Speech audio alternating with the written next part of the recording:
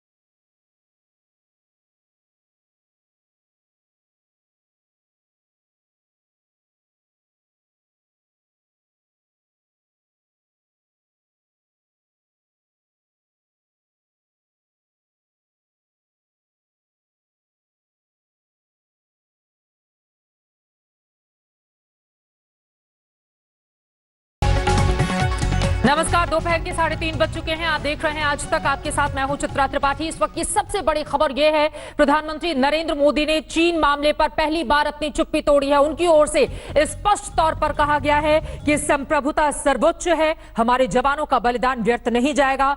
किसी को भी भ्रम या संदेह नहीं रखना चाहिए, किसी को भी किसी तरह का भ्रम नहीं रखना चाहिए। हमारे जवानों का बलिदान व्यर्थ नहीं जाएगा। वीर सैनिक सरहद पर मारते मारते मरे हैं। भारत अपनी अखंडता से किसी भी तरह का कोई समझौता नहीं करेगा। यकीनन प्रधानमंत्री नरेंद्र मोदी की ये बातें जो देश इस वक्त सुनना भी चाहता था, और उसके बाद पीएम मोदी ने वीर सपूतों के नाम 2 मिनट का मौन भी रखा और उन्हें अपनी श्रद्धांजलि, अपने श्रद्धा सुमन अर्पित किए। सुनिए प्रधानमंत्री नरेंद्र मोदी को। पूरी मानवता के कल्याण की कामना की है। हमने हमेशा से ही अपने पड़ोसियों के साथ एक कोऑपरेटिव और फ्रेंडली तरीके से मिलकर काम किया है। हमेशा उनके विकास और कल्याण की कामना की है। जहां कहीं हमारे मतभेद भी रहे हैं, हमने हमेशा ही ये प्रयास किया है कि मतभेद विवाद न बने, डिफरेंसेस डिस्प्यूट्स में न बदले। हम कभी किसी को भी उकसाते नहीं हैं, लेकिन हम अपने देश की अखंडता और संप्रभुता के साथ समझौता भी नहीं करते हैं। जब भी समय आया है, हमने देश की अखंडता और संप्रभुता की रक्षा करने में अपनी शक्ति का प्रदर्शन किया है, अपनी क्षमताओं को साबित किया है। त्याग और तितिक्षा हमारे राष्ट्रीय चरित्र का हिस्सा है, लेकिन साथ ही विक्रम और वीरता भी उतना ही हमारे देश के चरित्र का हिस्सा है। मैं देश को भरोसा दिलाना चाहता हूं, हमारे जवानों का बलिदान व्यर्थ नहीं जाएगा। हमारे लिए भारत की अखंडता और संप्रभुता सर्वोच्च है, और इसकी रक्षा करने से हमें कोई भी रोक नहीं सकता। इस बारे में किसी को भी जरा भी भ्रम या संदेह नहीं होना चाहिए। भारत शांति चाहता है, लेकिन भारत उकसाने पर हर हाल में यथोचित हर हाल में यथोचित जवाब देने में सक्षम है। और हमारे दिवंगत शहीद वीर जवानों के विषय में देश को इस बात का गर्व होगा कि वे मारते मारते मरे हैं। यकीनन प्रधानमंत्री नरेंद्र मोदी की ओर से जब पूरे भरोसे के साथ ये कहा जाए कि वीर सपूतों का बलिदान व्यर्थ नहीं जाएगा, वो मारते मारते बने हैं, और साथ ही हिंदुस्तान शांति चाहता है, लेकिन अगर कोई उकसावे की कार्रवाई करता है तो उसको करारा जवाब भी मिलेगा। एक भरोसा इससे जरूर पैदा होता है, लेकिन इसके आगे का ये अपने आप में बड़ा सवाल है। हमारे साथ कई खास मेहमान लगातार जुड़े हुए हैं, जिनके साथ चीन को लेकर हम चर्चा कर रहे हैं कि आगे हिंदुस्तान अपनी रणनीति कैसे अख्तियार करेगा। कांग्रेस पार्टी की ओर से प्रवक्ता आलोक शर्मा जी हमारे साथ जुड़े हुए हैं, सांसद भारतीय जनता पार्टी के राजीव प्रताप रूढ़ी जी हमारे साथ मौजूद हैं, मेजर जनरल रिटायर्ड AK सिबात जी हमारे साथ मौजूद हैं। इन तीनों के पास ही चले, लेकिन उसके पहले लद्दाख से श्वेता सिंह मेरी सहयोगी इस वक्त हमारे साथ जुड़ चुकी हैं। श्वेता, जिस बात का इंतजार किया जा रहा था, प्रधानमंत्री नरेंद्र मोदी ने चीन के मामले में कहा है, स्पष्ट कर दिया है कि हिंदुस्तान अपनी संप्रभुता से किसी भी तरह का कॉम्प्रोमाइज, समझौता नहीं करेगा और देश के वीर सपूतों का बलिदान व्यर्थ नहीं जाएगा। जी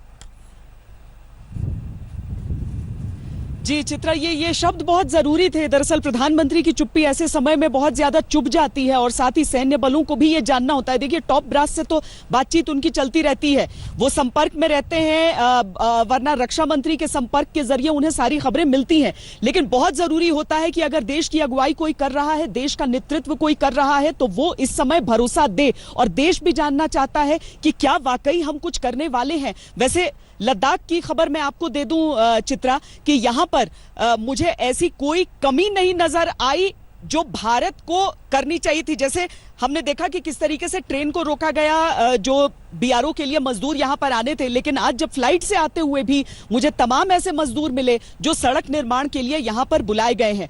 शहर के भीतर हमें यह बताया गया है, लेह में कम से कम, कि जितनी भी ट्रक्स हैं उन सबको आगे की ओर रवाना किया जा रहा है। मैं जहां पर खड़ी हूं चित्रा, इसके ठीक पीछे वो इलाका है जो पेंगोंग सो की ओर जाता है, यानी पेंगोंग लेक की तरफ जाता है। और इसी इलाके की तरफ से अगर हम आगे बढ़ते हैं तो टकराव की स्थिति वहां से होती है। अभी जो सिविलियन मूवमेंट है उसे वहां पर बंद किया गया है, लेकिन किसी भी तरीके से बॉर्डर रोड ऑर्गेनाइजेशन की तरफ से जो इंफ्रास्ट्रक्चर और सड़क का निर्माण, जिसे लेकर चीन से सबसे ज्यादा तनातनी चल रही है, उसमें किसी भी तरह की कोई कमी नहीं की गई है। यह जमीनी स्तर पर हमें देखने के लिए मिल रहा है। लेकिन हां, सैन्य स्तर पर हम किस तरह का जवाब दे सकते हैं, सैन्य स्तर पर हम किस तरह चीन को डील कर सकते हैं, यह बहुत हद तक इस बात पर निर्भर होगा कि सरकार किस हद तक आगे जाना चाहती है। और वो गुंजाइश सरकार की तरफ से ही सेना को बताई जा सकती है। क्योंकि सेना से अगर कह दिया जाएगा आपको फला चीज करनी है, हमारी सेना इतनी कमजोर नहीं है कि चीन या किसी भी देश के आगे कमतर पड़े। लेकिन प्रधानमंत्री की तरफ से अगर यह कहा गया है तो हम ये उम्मीद कर सकते हैं कि सेना को इस तरह की बात कही जा चुकी होगी कि अगर आपने अपने 20 जवान खोए हैं तो हम किस तरीके से इसका बदला लेंगे। चित्रा, एक और सवाल का जवाब आप दे दें, उसके बाद आप अपने बाकी मेहमानों के पास में जाऊंगी। प्रधानमंत्री ने यह कहा है कि हमारी कोशिश होती है कि हमारे डिफरेंसेस डिस्प्यूट में तब्दील ना हो, लेकिन जब चीन जैसा पड़ोसी हो जो एक तरफ बातचीत करता हो, और मेजर जनरल स्तर की बातचीत इस वक्त चल भी रही है श्वेता, और वहीं दूसरी तरफ फिर ऐसी हिमाकत और हरकत करता हो जो हिंदुस्तान को नामंजूर हो, तो ऐसे में क्या होना चाहिए? नहीं, ये बहुत बड़ा सवाल सबके सामने है। डिव कमांडर स्तर पर बातचीत हुई है, ब्रिगेड कमांडर के स्तर पर बातचीत हुई है। उस दिन जो कर्नल संतोष बाबू थे, जिन्हें आगे भेजा गया कि आप सीओ के स्तर पर भी आप बातचीत कीजिए, वो विश्वास के साथ ही जा रहे थे। बहुत सुलझे हुए अफसर हैं, उनके जो कोर्समेट्स हैं, उनके जो बैचमेट्स हैं, वो बताते हैं उनके बारे में कि वो एक बहुत शालीन, सभ्य, अच्छे जो बातचीत से नतीजा, और उतने ही ब्रेव भी। लेकिन चीन ने क्या किया उनके सामने? चीन ने जो विश्वासघात उस टुकड़ी के साथ किया, क्या हम उसे सिर्फ एक बातचीत से दरकिनार कर देंगे? यह भी हमें देखना होगा कि उस टुकड़ी ने भी चीन को उतना ही ज्यादा असर डाला, उस पर उतना ही ज्यादा चीन की तरफ भी नुकसान हुआ है। 40 से अधिक बताए जा रहे हैं चित्रा, यह कम नहीं होता है। लेकिन हमें अपने आप से यह भी सवाल एक देश के तौर पर पूछना होगा कि अगर दो देशों के बीच युद्ध नहीं चल रहा है तो इस तरह की कैजुअलिटी किस तरफ इशारा कर रही है? अगर हम कहते हैं वाकई दो ही तरह के काल होते हैं, युद्ध काल और शांति काल, तो क्या आज के समय में इस तरह की कैजुअलिटी हमें झेलनी चाहिए थी? चीन पर कब तक विश्वास करें, किस हद तक विश्वास करें? ये बहुत महत्वपूर्ण बातें आपने कही हैं। युद्ध काल की परिस्थितियां अलग होती हैं, शांति काल की अलग होती हैं, लेकिन अगर हिंदुस्तान को शांति काल में अपने 20 जवानों की शहादत देनी पड़े तो फिर चीन के साथ कम से कम अपनी स्ट्रैटेजी, रणनीति, या फिर जिस तरह के रिश्तों के जरिए हम आगे बढ़ते रहे उस पर दोबारा विचार करना भी होगा। और जब पीएम इस बारे में भरोसा देश को देते हैं तो यह महत्वपूर्ण हो जाता है, जिस तरह की उम्मीद भी पूरा देश कम से कम इस वक्त मौजूदा सरकार से भी, विपक्ष से भी, तमाम पार्टियों से भी कर रहा है। फिलहाल आपको बता दें, हिमांशु मिश्रा इस वक्त हमारे सहयोगी जुड़ चुके हैं। हिमांशु, एक तरफ प्रधानमंत्री नरेंद्र मोदी कोविड-19 के मुद्दे पर तमाम सीएम के साथ डिस्कस कर रहे हैं, वहीं दूसरी तरफ बाकायदा सर्वदलीय बैठक भी अब चीन के मुद्दे पर बुलाई जाएगी। देखिए, बिल्कुल मैं आपको बता दूं, प्रधानमंत्री नरेंद्र मोदी ने जब कोविड को लेकर मुख्यमंत्रियों को संबोधित करना शुरू किया तो उन्होंने शुरुआत यहां से की कि जो चीन के में सैनिक शहीद हुए हैं उनको लेकर श्रद्धांजलि अर्पित की गई, और उसके बाद उन्होंने कहा कि भारत किसी को उकसाता नहीं है और अपनी संप्रभुता और अखंडता के साथ समझौता भी नहीं करता, और इन सैनिकों की जो शहादत है वो बेकार नहीं जाएगी। मैं आपको दो घटनाएं याद दिला देता हूं चित्रा। 2016 के अंदर जब उरी की घटना हुई थी, उसके बाद बीजेपी की कार्यकारिणी की बैठक हुई थी और एक रैली को संबोधित करते हुए प्रधानमंत्री नरेंद्र मोदी ने यही बात कही थी कि जो सैनिक शहीद हुए हैं उनकी शहादत बेकार नहीं जाएगी। और उसके बाद जो है सर्जिकल स्ट्राइक की थी भारत ने। उसके बाद जब घटना हुई उसके बाद एयर स्ट्राइक की गई और तब उन्होंने वंदे भारत की शुरुआत करते हुए ये कहा था कि सैनिकों की जो शहादत है वो बेकार नहीं जाएगी। तो जब प्रधानमंत्री इस तरीके की भाषा बोलते हैं तो इसका मतलब यह है सरकार कहीं ना कहीं पूरी तरीके से रणनीति बना रही है कि किस तरीके से जवाब देना होगा। आप देखिए कि डिप्लोमेटिक स्तर पर भी वो जवाब देने के लिए तैयार है, सैनिक स्तर पर भी जवाब दिया जा रहा है और आर्थिक क्षेत्र में भी चाइना को जवाब देने की तैयारी भारत की तरफ से की जा रही है। अगर प्रधानमंत्री ये कह रहे हैं कि इन सैनिकों की शहादत जो है वो बेकार नहीं जाएगी तो कुछ विश्वास करना होगा। और इसीलिए आप देखिए कि उन्होंने सबसे पहले आज जब सिचुएशन उन्होंने पूरी समझ ली और उसका जायजा ले लिया, उसके सारी चीजें समझने के बाद, सारी रिपोर्ट्स आने के बाद उन्होंने विपक्षी दलों की बैठक बुलाई है 19 तारीख को। ये महत्वपूर्ण आप बात देखिए हिमांशु, दोबारा मैं आपके पास लौटूंगी। देखिए प्रधानमंत्री जब भरोसा देते हैं, चूंकि पाकिस्तान के मामले में हम सब देख चुके हैं कि उसके बाद कैसे मुंहतोड़ जवाब हमने पाकिस्तान को देखा था, लेकिन जो हिमाकत चीन की ओर से की गई है उसको कैसे आगे हैंडल किया जाए। राजीव जी मैं आपके पास आऊं, लेकिन आलोक शर्मा जी जल्दी से ये बताइए, प्रधानमंत्री नरेंद्र मोदी अब भरोसा तो दे रहे हैं, इस भरोसे के साथ आप लोग चलेंगे? वैसे चाहती क्या है कांग्रेस पार्टी? चीन के साथ रिश्तों पर क्या चाहती है? देखिए हम चाहते हैं कि झूला झुलाया जाए और नारियल पानी पिलाया जाए, लेकिन अगर हमारे जवान शहीद हो तो सरकार आकर जवाब भी दे।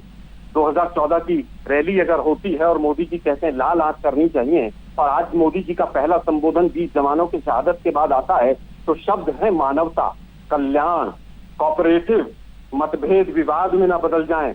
मुझे लगता है मोदी जी को अपना पुराना इतिहास याद करना चाहिए। आज 48 घंटे होने को जा रहे हैं, लगभग 40 घंटे हो चुके हैं, अभी तक हमें ये नहीं पता है। और मैं राजीव भाई का बहुत धन्यवाद करूंगा, मेरे बड़े भाई हैं ये, मेरी पूरी हिस्ट्री जानकर आए और बहुत अच्छी बात है कि उन्होंने सच्चाई से स्वीकार किया कि सांसद होते हुए और बीजेपी का प्रवक्ता होते हुए उनको कुछ नहीं पता कि बॉर्डर पर क्या चल रहा है। मैं 3-4 सवाल पूछना चाहता हूँ। कितने हमारे सैनिक घायल हैं, क्या ये बताने में भी सरकार डर रही है? क्या मोदी जी डर रहे हैं? कितने लापता हैं, क्या इतना बताने में भी डर रहे हैं? हमारे शहीदों की लिस्ट आने में 40 घंटे लग जाते हैं। इतने मजबूत प्रधानमंत्री हैं देश के, सवाल नहीं पूछा जाना चाहिए क्योंकि शहादत हुई है। 350 किलो RDX आया, हमने सवाल पूछा कहां से आया, आज तक जांच नहीं। ठीक है सर, चीन पर ही रहते हैं। जिस समय पर हमारे एक सवाल जी मैं आपके पास आऊंगी, लेकिन राजीव प्रताप रूडी, आलोक शर्मा जो सवाल उठा रहे हैं, ठीक है सर, जवाब ले लेते हैं। राजीव प्रताप रूडी जी, सांसद को कुछ नहीं पता है। ठीक है, जवाब देखिए हमारी जितनी समझदारी उतनी समझदारी है जिस हिसाब से एक राष्ट्रीय पार्टी के प्रवक्ता के रूप में मुझे जो बोलना है, और मुझे नहीं पता है कि मेरे ज्ञान की कमी कहाँ कहाँ दिख रही है, वो आलोक जी बताते रहेंगे, मैं सुनना चाहूँगा भी। मैं सिर्फ 2 वाक्य बताना चाहूँगा। आलोक जी, आप भारत की सरकार और देश के प्रधानमंत्री को चुनौती दे रहे हैं और पहली बार उरी की घटना 18 सितंबर को हुआ, 6 दिन के बाद प्रधानमंत्री का बयान आया और हम लोग 28 सितंबर को POK में प्रवेश करके, नहीं ये व्यक्ति सुनता क्यों नहीं है? इसको कहीं ट्रेनिंग में भेजिए। देखिए आप एक तरफ सवाल पूछ रहे हैं, आलोक जी एक तरफ आप सवाल पूछ रहे हैं और अगर सवाल का जवाब आप नहीं सुनेंगे तो फिर आपके सवाल तो सवाल ही रह जाएंगे और फिर आप 10 घंटे के बाद उन्हीं सवालों के साथ सामने आएंगे। एक बार सुन तो लीजिए राजीव जी को, आप महत्वपूर्ण सवाल पूछ रहे हैं, ठीक है सर, लेकिन जवाब तो सुनने का धैर्य दिखाइए। ठीक है आलोक जी, आरोप लगा रहे हैं। प्लीज आलोक जी, राजीव जी अपनी बात आगे बढ़ाइए। हाँ, मैं ये कह रहा था कि मैं सिर्फ 2 वाक्य बताना चाहूंगा कि देश के प्रधानमंत्री ने क्या किया। उरी की घटना जब 18 सितंबर 2016 को हुआ तो 3 दिन के बाद प्रधानमंत्री का बयान था और 28 सितंबर को 8 दिन के भीतर हम लोगों ने घुस करके पाकिस्तान में उनके ठिकानों को निकाला। उसके बाद 14 फरवरी 2019 को पुलवामा का अटैक हुआ। देश के प्रधानमंत्री ने इसी प्रकार से देश के लोगों के सामने संबोधन 15 तारीख को किया, मन की बात में उन्होंने 24 तारीख को किया और ठीक बालाकोट 26 फरवरी को जाके बालाकोट में पूरा का पूरा उनके खेमों को धराशायी करके आए। आज भी प्रधानमंत्री ने बयान दिया है और उन्होंने कहा है कि यहाँ देश के बलिदान बेकार नहीं जाएगा, हमारे शहीदों का नहीं जाएगा और हमें कमजोर न समझे। आखिर देश के प्रधानमंत्री इसी प्रकार उन्होंने करके दिखाया है। अब आलोक शर्मा जी क्या बोलते हैं, इनसे तो मैं पूछना चाहूंगा कि 1952 से लेकर 1960 तक नेहरू जी ने 32,000 स्क्वायर किलोमीटर अक्साई चीन का लेकर के चीन चला गया, जो आज तक हमारा हिस्सा था, इसके बारे में आज तक हम लोग चिंता करते हैं।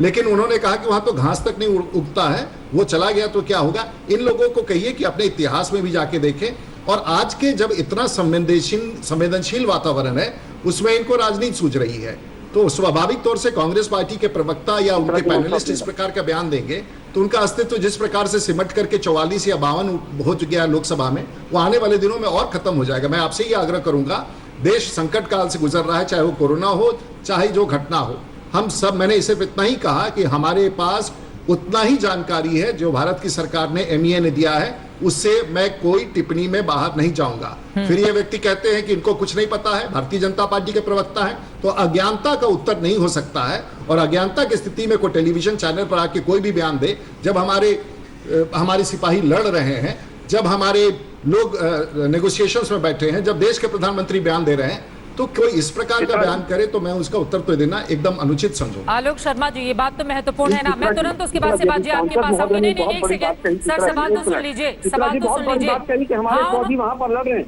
मैं पूछना चाहता हूँ क्या अभी लड़ाई जारी है वहां पर बॉर्डर पर? अभी एक सांसद ने बयान दिया आज तक टीवी चैनल पर, क्या वहां पर लड़ाई जारी है?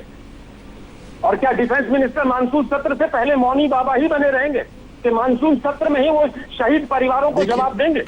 देखिए चित्रा जी, जवाब नहीं देंगे। मैं उस किसी टेलीविजन चैनल पर नहीं बैठता हूं जहां ऐसे पूछना चाहते हैं, क्षमा कीजिए, कांग्रेस के पास प्रवक्ताओं का बड़ा अभाव है।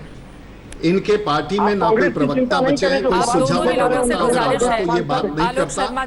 ये सड़क छाप प्रवक्ताओं से मैं बहुत बात नहीं करता। कृपया एक दूसरे पर व्यक्तिगत टिप्पणी नहीं करें। आलोक जी, सवाल पूछा है तो जवाब सुनने का धैर्य भी दिखाइए। और दूसरा, एक मेरी बात सुन लीजिए। आलोक शर्मा जी, आलोक शर्मा जी, आलोक शर्मा जी, 20 जवानों की शहादत हो गई है, कम से कम हम अपने शब्दों के जरिए भी इस बात का ध्यान रखें। Alok ji please, Alok ji please, Alok ji please, आपसे भी, राजीव जी आपसे भी, हम व्यक्तिगत टिप्पणी एक दूसरे पर नहीं करें।